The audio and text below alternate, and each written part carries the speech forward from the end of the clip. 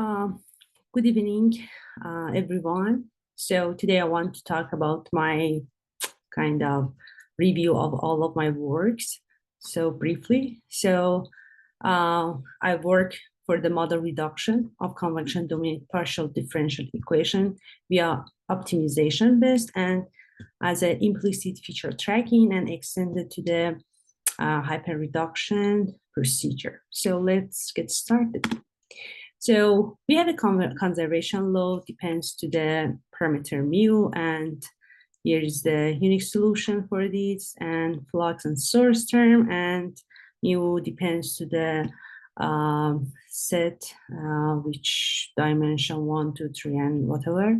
So this PD has a specific properties which is depend to the shock. It means that the location of the shock depends to the parameter. So when the parameter change, the shock location change, and this is the trouble for solving as a usual ROM techniques. So, and I don't want to tell any details about that one, but I just want to introduce my methods to solve it.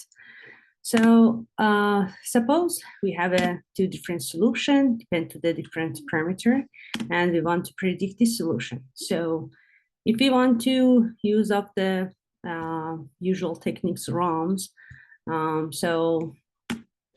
we cannot predict exactly because we have some bunch of the difficulties such as slowly decay Coleman growth and weights. And what we want to do is that we want to predict the red dashed line completely cover the blue one. So what we wanted to introduce is implicit feature tracking. So, and in this case, we want to move all of these shocks at the other domain.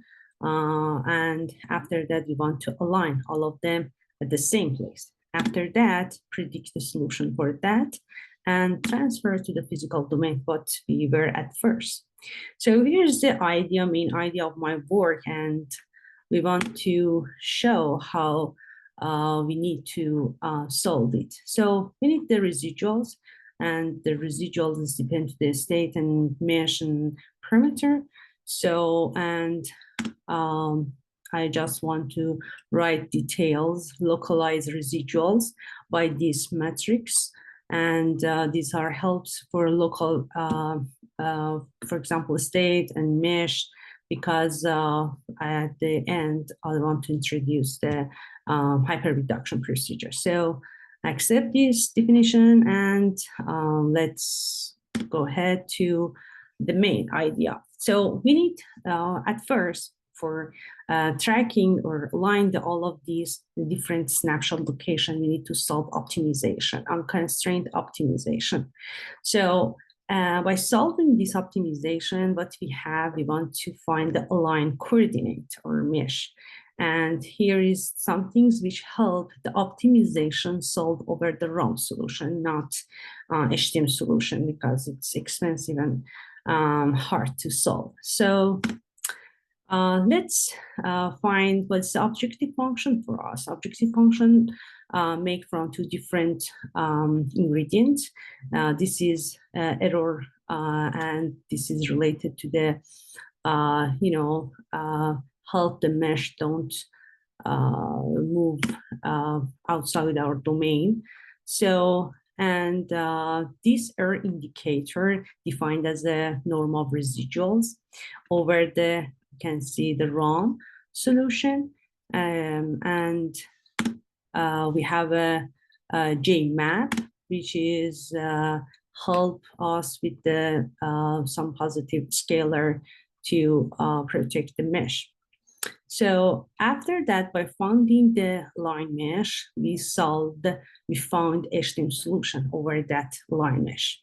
Now we have a solution on the, depends the different parameter. So by solving this, what we have is line mesh and HTM solution according to that. So let's go through the offline phase. So By solving this iteratively and by having for example, the different parameter, we make two bases. One base is related to the line mesh, another base is related to the HTML solution. So according to them. At the end of the offline part, we want to predict the solution according to bases. These bases, according to some different examples, and the paper are efficient enough to predict. So by that, we want to solve quick, fast, and accurate solution. The residuals is over the ROM solution, as you can see, and for new parameter. So usually this parameter is not in the offline domain. It means that the set of the parameter which we have at the offline part, so different with the online part. So we predict for the new parameter, but over the ROM solution according to the offline phase. So let's see. We have two reduced solution.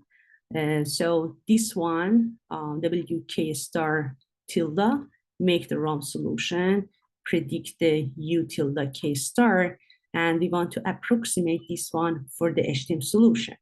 And here is the mesh. So when we want to show the solution, we have a mesh according to the ROM solution and the predict solution ROM. So these are good methods to solve, but the problem is that when we have when we have a set of parameters so large and for more than 1 dimension, 2 dimensions, so how many parameters we need to make the efficient basis.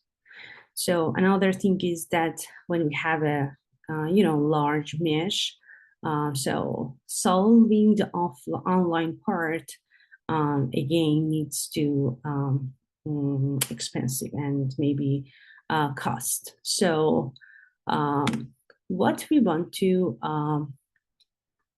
tell at this part is that we are going to extend our work to the hyperreduction. So now I want to introduce the residuals, what we have as an optimization at the online part.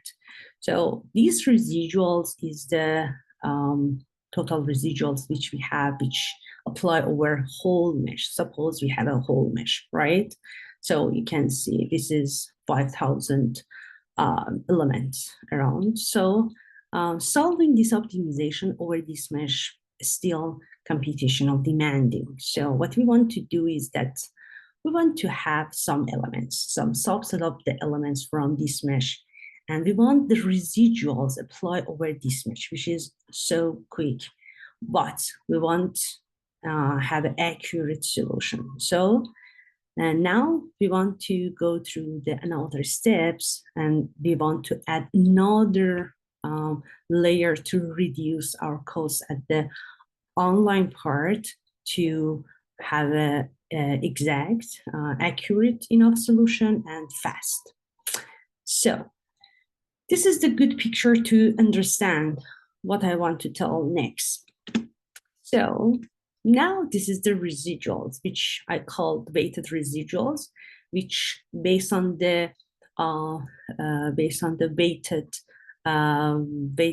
parameter, weighted element on the mesh. It means that for each mesh element of the mesh, we define the weight.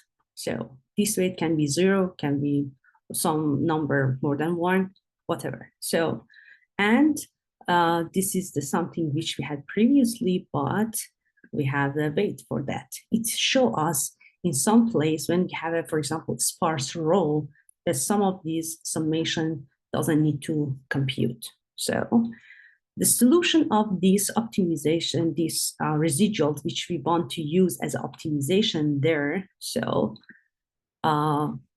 will be called as a hyper-reduced implicit feature tracking solution, because the basis is based on the implicit feature tracking procedure, and now we have a hyper-reduction. So it means that so faster than ROM and efficient and accurate enough. So now we want to estimate our HTM solution with the hyper-reduced solution.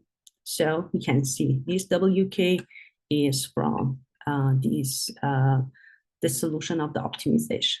So how we want to find the weighted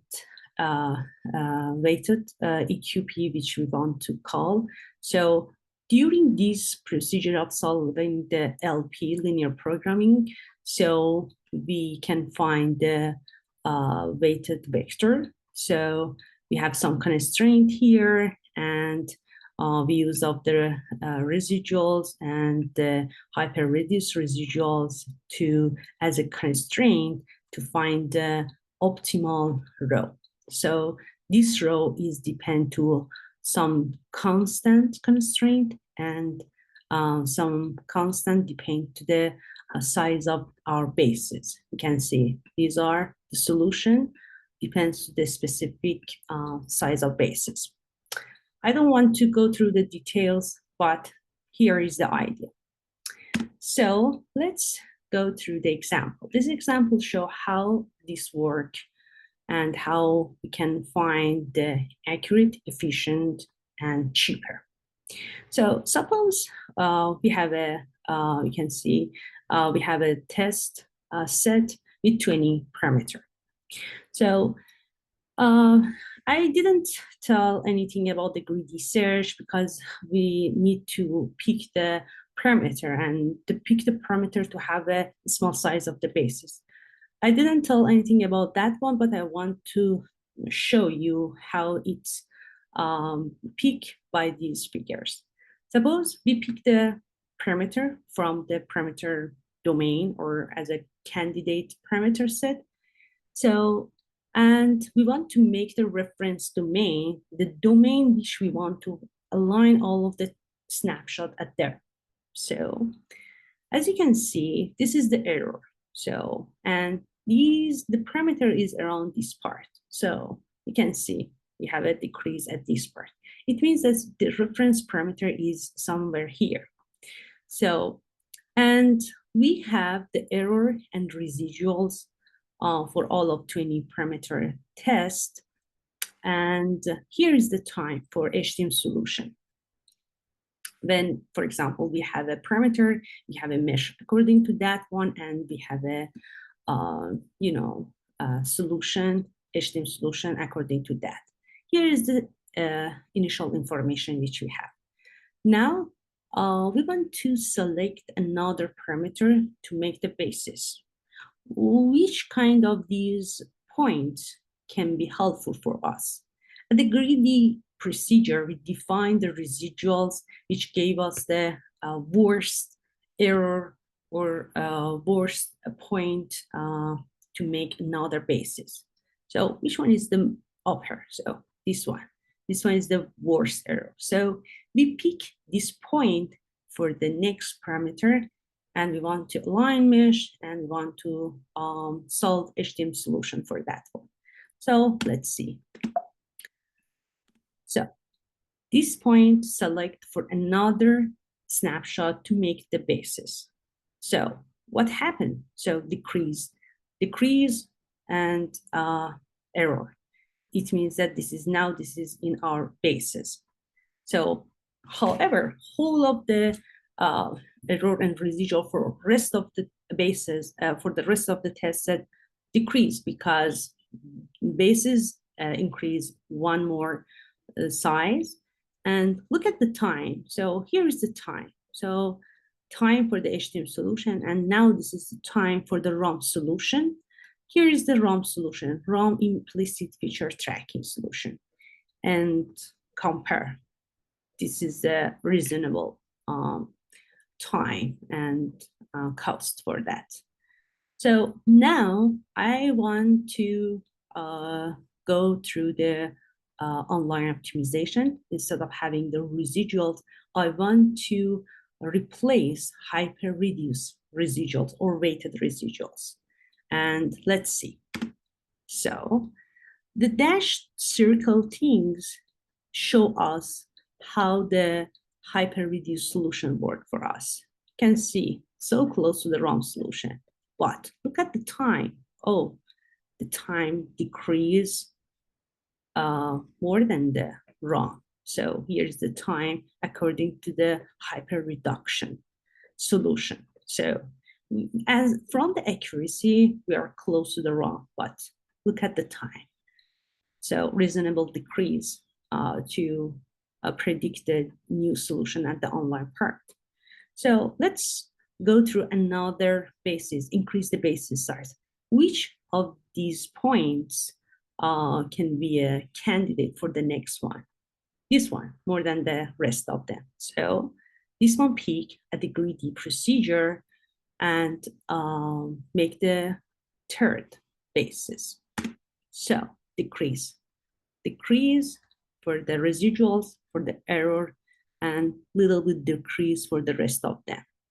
So look at the time. So this is the ROM for basis size 3, because we have basis size 1 as a black, 2, and 3 for the red one. So we have increase for the time because the basis increase 1 more. So we have an increase. What we predict for the hyper-reduction solution? I predict the time become less than increase, bigger than size 2, because in size 3, not only we have more size bases, but also we have more element at the mesh. For example, for the dashed blue circle, we use up 5% of the total mesh, right? So, but for this one, we use the whole mesh. So let's look at the last one, and we can see the dashed circle 1 is the close to the ROM 2. And as you can see, as we predict, you can see in somewhere ROM have a, isolation treatment. We have some things at the hyper-reduced solution too. So it shows us. However, we have increased a little bit for the hyper-reduced, but reasonable decrease for the ROM.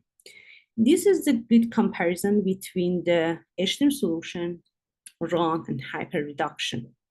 So we have a quick and can see efficient and accurate procedure to solve the PDE depend to the discontinuous solution or shock.